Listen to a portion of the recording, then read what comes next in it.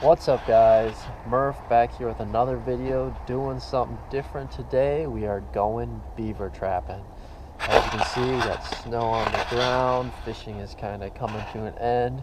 Unfortunately, I missed the last nice week of fall here for fishing, but we get right into beaver trapping, which is something I love doing. It's a lot of fun. It's very easy, and you get some of the most overlooked and healthy and nutritious and good meat that you can possibly get. Not a lot of people eat them. I think it's just because they think about eating a beaver and they just don't really want to, but it's a very good meat. It's one of the most nutritious meats you can possibly get. So if you're into health and feeling good like I am, it's definitely something I would look into. Super easy to trap. Super easy. They're just an easy animal really to obtain and to make into food. So basically all that I use is I got some 330 conibears here. I'm only going to be setting 5 today. I cut off the chain that comes on them. I weld it on this ring. Not necessary, but super easy. Then I have just a link here that I clip these S hooks onto. Basically, this is all you need. 330 conibears, extension cables. Made these myself, super easy. S and J hook tool. I get the heavy duty one because I use this thing more than almost any other tool when I'm trapping. And a safety, very important, very cheap. Just get one. The amount of times that this has saved me from getting my hand caught in these, and if you get your hand caught in these, you're kind of screwed. You're not really going to be able to get out unless someone's with you. And also the amount of times where I've had it on and the trap has just gone off before I'm done making the set makes it easy because it holds it open and you can just reset it rather than having to recompress the springs, which can also be a pain. So we're going to get down to this beaver lodge down here. They have this whole area flooded. They're in an area that they really shouldn't be. They moved into this area last year, and I trapped 4 beaver out of, or 3 or 4 beaver. No, 3 is 3. Out of this particular lodge, they were all adults, which is kind of odd for one lodge, but they were pushed out of an area that they always were. Further down this creek area that really dried out. We had a pretty dry fall, so they moved into this area, which is a much more convenient place to trap them. So we're going to go down there, take a look, and then I'm going to kind of go through. We're going to make it quick. I'm going to go through what I do to catch these, and then we'll come back with some catches.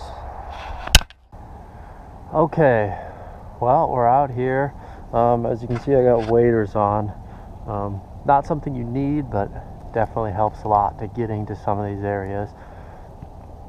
As you can see, obviously the house is right here.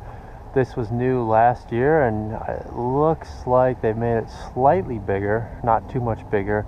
But the main thing I'm seeing is all these sticks that all this snow is on. This is the feed pile, and this feed pile is huge. This is probably 4 times as big as the one was last year. So not sure if there's just a ton of beaver back here or they just put more than they would need. So as you can see, this whole area, there used to be no water back here. Like, there was a small creek that went through, but that was it. And now this whole forest area, as you can see, is flooded out. The dam is over there, and it kind of goes, it's a huge long dam that goes all the way along here. This was mostly a marsh area, and they really flooded it out. So I don't want to take all the beavers out of here. I just want enough for me to eat. So basically, we got this skim ice, which isn't bad. It actually is good because it keeps the water, or all the silt and stuff in the water, pretty calm. I don't think you're gonna be able to see through this like I am, but I can already see the runs. There's one right here on the outside of the the feed pile. I'm going to put a conibear in there. And then always open water areas or thin ice areas are their runs. So you can see open water here, they're definitely, I mean, that connects to that one, and then a ton of open water here. They must be moving through here a lot. And then the road's over there, and there's a culvert over there too with flowing water. So that's, I think, a big reason why that is open. But they're definitely going through there because you can see their runs. And basically you can tell a run is active by, you'll look at this whole area and all of this is very clear, calm water. All the silt has settled down. But in the runs you'll see just like a little path of stirred up water. Very, very obvious for the most part. And that is what they're using, because as they swim through those areas, they're creating silt and stuff is going up. So I'm gonna get some of this stuff ready, and then we're gonna start putting some traps. Okay, getting set up here. First thing I'm gonna do, I'm gonna show this only one time because, look at this just a better. I'm only gonna show this one time because it's very repetitive when guys are just showing set after set after set, especially when they're doing basically the same thing every time. So I'm going to set this outside of the feed pile. You can see all this plant matter crap and the feed pile, and then there's this log, and it's about maybe a foot and a half deep. It's pretty clear they're going right along here. Another thing is be careful. Oh, there's just a muskrat there. Be careful when you're going and doing this, because as you walk around you're gonna silt up the whole area. It's gonna be tough to see. This one I already know is here. I've already silted up a little bit, so I'm not worried about it, but that's just a quick tip. So all I do is we're just gonna, I have gauntlets and I only wear one on one arm. So it's basically my one arm goes in the water and that's it. Because it's much easier to work without gloves on. So all I do is extension cable on there. And the reason I cut these out is like the chains off, the original chains off these just works better, and it's just nicer for storing them and stuff without those chains hanging off. And I never use them. I'd rather just attach a cable to it every time. So get it attached, compress it. Also, if you're buying traps, I recommend these Bridger Magnums, because one, they're pretty inexpensive, and two, I mean, they are like the strongest springs you can get on these traps. So I take the safeties off right away because I have this safety on. So this is how it works. So that's on. I mean, it can't close. So that's another good thing about the safeties, is they just hold them open for you. And I'm only going to use 2 sticks on this. Another tip, paint all your stuff a bright color, because when you leave it on the ground, leave it places, you can see it really easily. And you don't want to be losing this stuff. So 2 sticks is all I'm using. Real simple. Beavers are kind enough to cut these sticks and cut them real straight for me. Basically, one's gonna go like that, and one's gonna go like that. Then and the jaws, when you compress it to get this trigger set, which can be tough, hold the stick in real well, if I can get this there. And yeah, it's not super stable, but it's good enough. It's basically gonna sit in the water like that, and you'd be surprised that you'll look at this and be like, well, why the heck would they swim through there? They swim where they're swimming, and even when there's a trap in the way, which obviously they don't know it's a trap, but they will still swim right through it. Now, let's see if we can get this stuck down there, and other one there. And now it's all silted up, but basically it's right here. They're swimming right here. You'd be surprised, they're gonna swim right into that.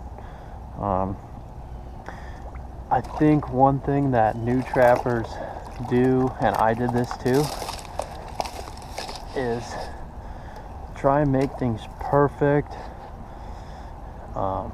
You put a ton of fencing and stuff, and not that that stuff's necessarily bad, it's just it's kind of unnecessary. I'm gonna put that extra one there, but they're gonna swim right through there.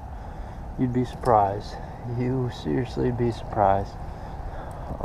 Same with muskrats, they do the same thing. Same with otter. And then this is super simple. I'm just gonna put it around this big log right here.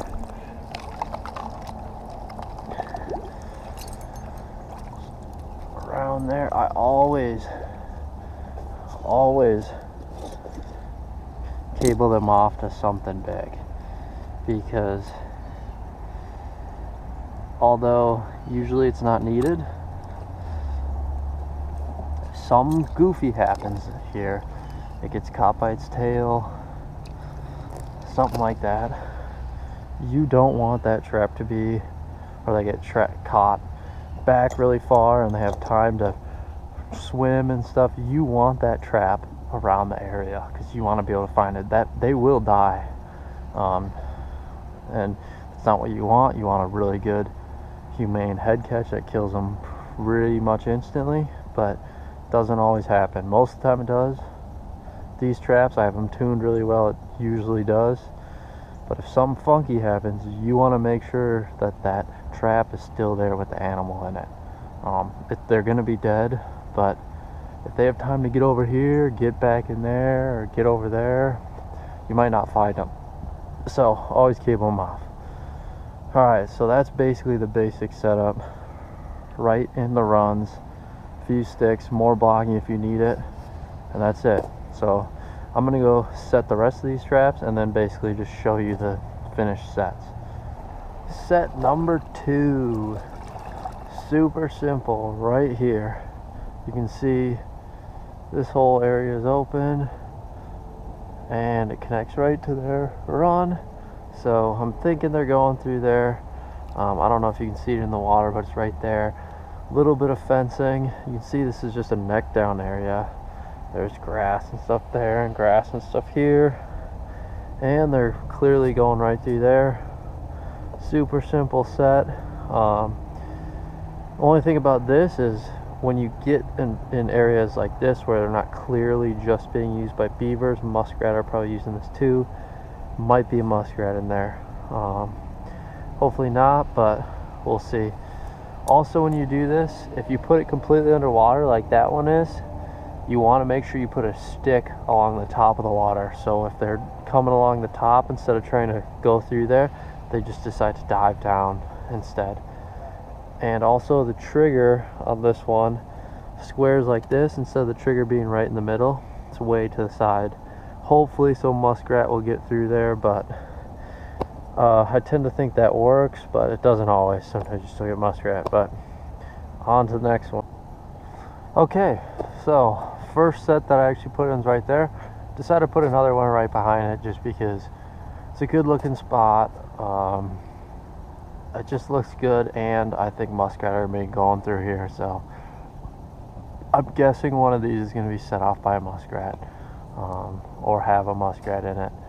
The good thing about these magnums is they do tend to catch a good amount, probably most of the muskrat that set them off, compared to some of the other non-magnum traps. But anyways, look good, so I'm never afraid to put 2 traps in one run when it's a good spot, because a lot of times you will get doubles there. So okay, so right by the lodge here, a really good way obviously is to just trap the entrances and exits to the lodge. A lot of times they can be tough to find. This being open basically only on this side of the lodge tells me there's an entrance over here, and I basically found it. It's right here, where these 2 sticks are. That's what the trap's between. It's not super stabilized, but you don't always need that. Sometimes they'll still go through it and set it off. So we're gonna see how that works. I don't always like doing the entrances, especially when they're deep like this. Like this one's like 4 feet deep. So it kind of makes it tough sometimes to get it in there, but that bottom is super hard. I think it's the main entrance they're using. So it's a little wide. And I got the trap right in the middle, so it should still connect, but we'll see. Okay, so last one's in right here. So these 3 sticks all next to each other are what the trap is between. This run goes right along this little patch of sticks, which helps a lot. And you can see this is a wide area from there all the way over to there, but the run is right here where I'm standing. So they just stay in the run. It's pretty incredible what you can get away with doing this. I'm just gonna put that extra stick there, and then when you're setting the traps, these straight sticks with no stems on them are your friend. They're perfect for threading the trap on and putting through the springs. But when you're fencing stuff off, these ones with all kinds of crap on them are your friend, because you can get away with less of them. And I'm just gonna kind of put it like that. You see this whole area is open, but that's where the run is. If they want to go from there to over there, they're gonna go through that area. If they want to go from there to over there, they might take this one. But over here, and you can tell, like, it seems like there might be a run that they're kind of using here, but I don't think so. When you're walking, the soft areas they're not really using. Once you get into the deep, you'll be able to tell. It's pretty much just above the calf deep all around here, and then it drops off to waist deep wherever the runs are. And the bottom of the runs are very hard usually, because they're going through there constantly. All the muck and silt gets out of there and it packs them down hard, where the rest of it is full of the muck and silt. So there is the last one. There's 5 of them here, and we'll be back tomorrow to see what we got. Alrighty, well, back here at the lodge in the morning, the next morning, and as you can see, doubled up on beavers in this this spot where there's 2 of them right next to each other. Got 2, so good thing I set 2 here. They are definitely not big, but that's okay. They are beavers nonetheless, and since I'm going mostly to eat these things, I don't mind them being small at all, because they actually taste a little bit better. But yeah, 2 of them here. These, I mean, they're not tiny, they're just not, they're not big. So I'm gonna go check the other ones quick, and then come back and get these guys out and reset them. Alrighty, out by the house now to this one. The other ones didn't have anything, but this one, sticks are moved, and I think I can see something. Yep. And beaver number 3. So, out of the 5 traps, got 3 of them. None of them are very big, but I don't know if there's really any big ones left in here. So these 3 will get reset real quick, and yeah, we'll show you again tomorrow. I'm gonna get these cleaned, and we'll probably do some sort of recipe or something here, because these things are good to eat. So see you tomorrow. Alrighty, here's just a quick look at all 3 of them together. They're 3. It's pretty clear they're kits, probably born this past spring, but you know, that's all right. They're gonna taste a little bit better being smaller, and this entire area have been going around. This stream connects to a ton of different areas, and I mean, it's just getting super overpopulated with beavers. So taking a lot out is definitely necessary this year, so I don't really mind catching these small ones, and they taste good. So we're gonna get these things all processed, and then maybe I'll show you a few ways that I cook them up. All right, second check on this area. Out here at the lodge entrance one, I can see my stick is gone, so there's probably something in it. And yeah, how's this thing? This thing is caught by the foot. I think this is even smaller one than the other ones.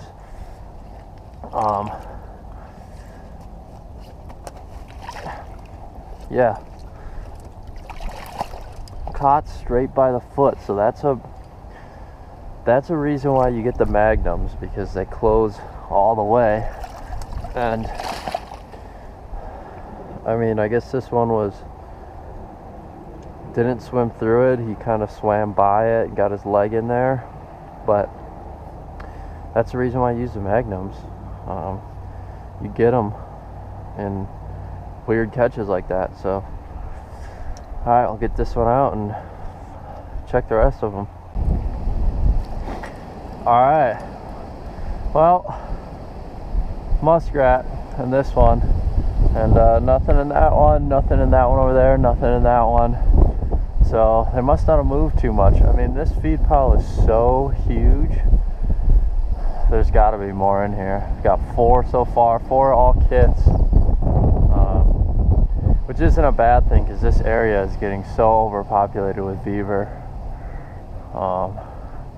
But yeah, I'm gonna get this one out, get it reset, and we'll be back tomorrow. Okay, check 3, and we got a monster beaver here. I mean, this is a big beaver. Yeah, that's real big, and a absolute perfect catch. I mean, that's as good as it gets. That thing, there's gonna be a ton of meat on that. That's what we're looking for. So we'll get this one reset. This one here right next to it has nothing. That one over there has nothing. That one over there has nothing. So we're just gonna check this entrance one, reset this, and we'll get on down to processing this. So I think I said earlier, there's more beavers over there, and then more beaver over there. I mean, there's a ton of beaver in this whole area. Reason I'm only trapping this area right now is because I just don't like to do a ton of beavers at once. It's nice when it's 1 or 2 a day. 3 isn't too bad, but once you get to more than that, it becomes a lot. So I like to spread out when I do them. I trap this area, right now this is my 5th beaver. I'm gonna let these sit here for probably one more beaver, and then I'll be done after that, and then we'll move to the next spot. So let's get this one out, get it reset.